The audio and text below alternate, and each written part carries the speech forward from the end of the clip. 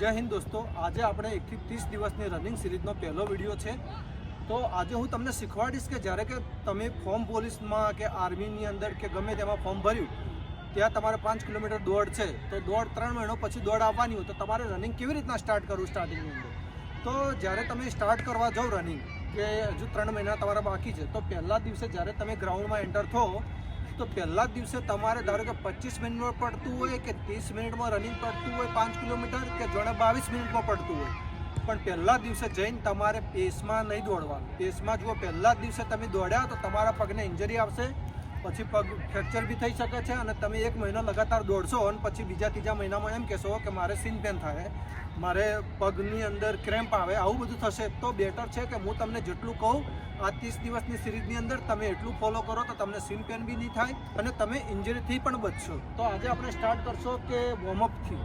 Running પહેલાં કયું warm up કરવું, અને આજે 5 કિલોમીટર આપણે રનિંગ કરવાનું છે, એટલે પૂરેપૂરું 5 નહીં કરો। આજે પહેલો દિવસ છે એટલે પહેલા દિવસની અંદર તમારી કેપેસિટી હોય એટલું નોર્મલ જોગ કરવાનું। જોગ કરવાનું મતલબ કે આટલી સ્પીડમાં તમારે દોડવાનું। આટલી ધારો કે તમે પહેલા દિવસે તમારી કેપેસિટી છે કે તમે 12 રાઉન્ડ મારી શકો, પણ પહેલા દિવસે આપણે 12 મારવાના નથી। પહેલા દિવસે આપણે 7 કે 8 રાઉન્ડ મારવાના છે, એ બી 2.5 યા 2.5 એટલે 2:30ની સ્પેસની અંદર તમારે 1:400નો રાઉન્ડ મારવાનો। આ રીતનું તમે દોડશો તો તમારે ઇઝીલી કવરઅપ થઈ જશે અને તમારી અંદર ઇમ્પ્રુવમેન્ટ આવશે રનિંગની અંદર।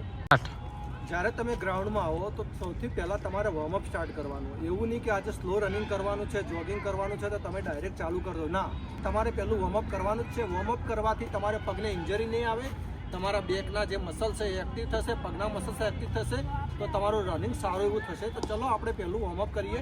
વોર્મઅપની અંદર પહેલાં સૌથી તમારે જમ્પ મારવાના છે, 1 2 3 4 5 6 7 8 9 10 આ રીતના તમારે 30 જમ્પ કરવાના છે। પછી તમારે સાઈડ જમ્પ કરવાના છે આ રીતના, 1 2 3 4 5 6 7 8 9 10 આ હરેકને છોકરા હોય કે છોકરીઓને હરેકને કરવાનું જ છે। 1 થી 30 દિવસની આ સિરીઝ હું બનાવું, એમાં રોજ આ વોર્મઅપ હશે। તમને બોરિંગ થોડું લાગશે, પણ આ વોર્મઅપ એટલું જ જરૂરી છે કે તમારા પગને ઇન્જરી ના આવે એટલા માટે કરવું હરેકને ઇમ્પોર્ટન્ટ છે અને જરૂરી પણ છે। પછી સેકન્ડ એક્સરસાઇઝ તમારે સ્ક્વોટ લગાવવાના છે। સ્ક્વોટ કેટલા મારવાના? 30 મારવાના। 1 2 3 4 5 6 7 8 9 અને 10 એ 10 માર્યા, પણ તમારે 30 મારવાના છે સ્ક્વોટ। 6 નંબરની એક્સરસાઇઝ કે તમારે એક પગને અધર લઈ જવાનો છે, બને એટલો ઉપર સ્ટ્રેચ કરવાનો આ રીતનો। સ્ટ્રેચ કર્યા પછી નીચે નમવાનું છે, પગને પકડી અને હાથ પગના અંગૂઠાને અડાડવાની, ટચ કરવાની। એ રીતના બીજો પગને અહીંયાથી પકડવાનો, આ રીતનો પકડ્યો, એના પછી નીચે અડાડવાની ટ્રાય કરવાની, આ કરવાનું।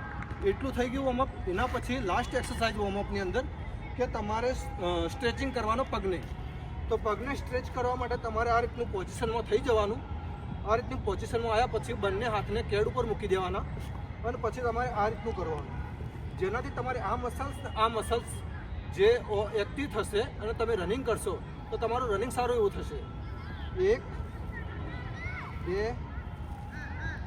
3 આના તમારે એક પગે 10, બીજા પગે 10, 20 કરવાના, એટલે ઇઝીલી 1 મિનિટમાં પતી જશે। સેકન્ડ લેગ 1 2 3 તો આટલું વોર્મઅપ છોકરા અને છોકરીઓને બંનેને કરવાનું છે, જેથી તમારી રનિંગની અંદર ઇમ્પ્રુવમેન્ટ આવશે ને તમને ઇન્જરી નહીં થાય। જો તમને મારો બ્લોગ સારો લાગે તો લાઇક કરજો, શેર કરજો અને સબસ્ક્રાઈબ કરજો। આજે પહેલો દિવસ છે તો પહેલા દિવસની અંદર છોકરાઓએ 7 થી 8 રાઉન્ડ મારવાના અને એક રાઉન્ડની સ્પીડ તમારે 2 મિનિટ ને 30 સેકન્ડ રાખવાની। કારણ કે આજે પહેલો દિવસ છે, જ્યારે તમે રનિંગ કરવા જશો તો પહેલા દિવસની દિવસે તમારે સ્પીડ નહીં વધારવાની, નોર્મલ રનિંગ કરવાનું। 2:30ની અંદર એક રાઉન્ડ મારવાનો।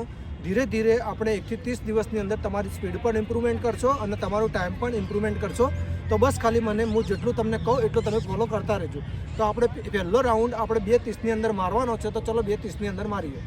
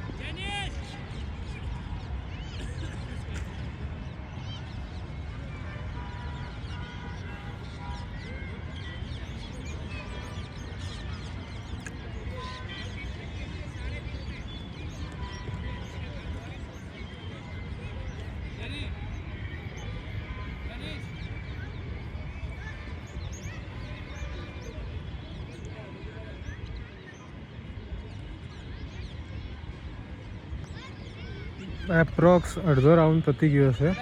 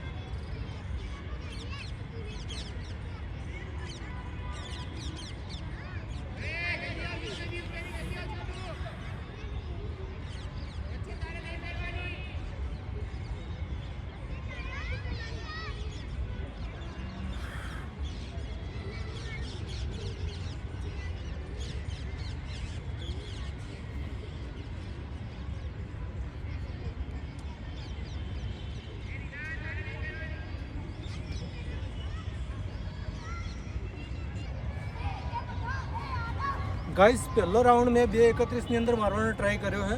મારે હરેક એવરેજ રોજ રનિંગ કરું ને તો એ મારે એક 50-55ની પેસ હોય, મતલબ એક રાઉન્ડ એક 50-55ની અંદર પટે. બટ આ તમારું સારું કરીને મેં એક રાઉન્ડ 2:30ની અંદર માર્યો. તમારે બી સેમ આ શિડ્યુલ અપનાવવાનું હોય. તમારે ભલે રનિંગ થાય કે ના થાય, સ્પીડમાં દોડવાની ટ્રાય મત કરજો. તો આપણે 3 મહિનાની અંદર, એટલે કે હું 1 થી 30 દિવસની સિરીઝ બનાવ્યો, તો તમારે 3 મહિનાની અંદર તમારે રનિંગ ઇઝીલી તમારે, મતલબ જેને 30 મિનિટ આવે એ લોકો 24-25ની અંદર યા 23-24-25ની અંદર પૂરી કરી શકશે. અને જેને 24-25 મિનિટ જેવું આવે એ લોકો 22-23ની અંદર ઇઝીલી પૂરું કરી શકશે. અને છોકરીઓને બી સેમ આ કરવાનું હોય. છોકરાઓને 2:30ની સ્પેસ છે, તો છોકરીઓને 3.5 યા 3ની પેસથી રનિંગ કરવાનું. અને રોજના 5 થી 6 રાઉન્ડ આજ પહેલા દિવસે તમે જ્યારે ગ્રાઉન્ડમાં જાઓ તો પહેલા જ દિવસે છોકરીઓને 5 રાઉન્ડ મારવાના અને છોકરાઓને 7 થી 8 રાઉન્ડ મારવાના. આપણે આટલું જ, હું તમને જેટલું કહું તમે એટલું જ ફોલો કરશો તો તમારે ઇઝીલી રનિંગ થઈ જશે અને ઇઝીલી તમે ટાઈમિંગની અંદર પૂરું કરશો અને તમારે પગની અંદર ઇન્જરી બી નહીં આવે, સીન પેન પણ નહીં થાય. બસ તમને વિડીયો સારો લાગ્યો હોય તો મારા બ્લોગને શેર કરજો, લાઇક કરજો અને ફોલો કરજો.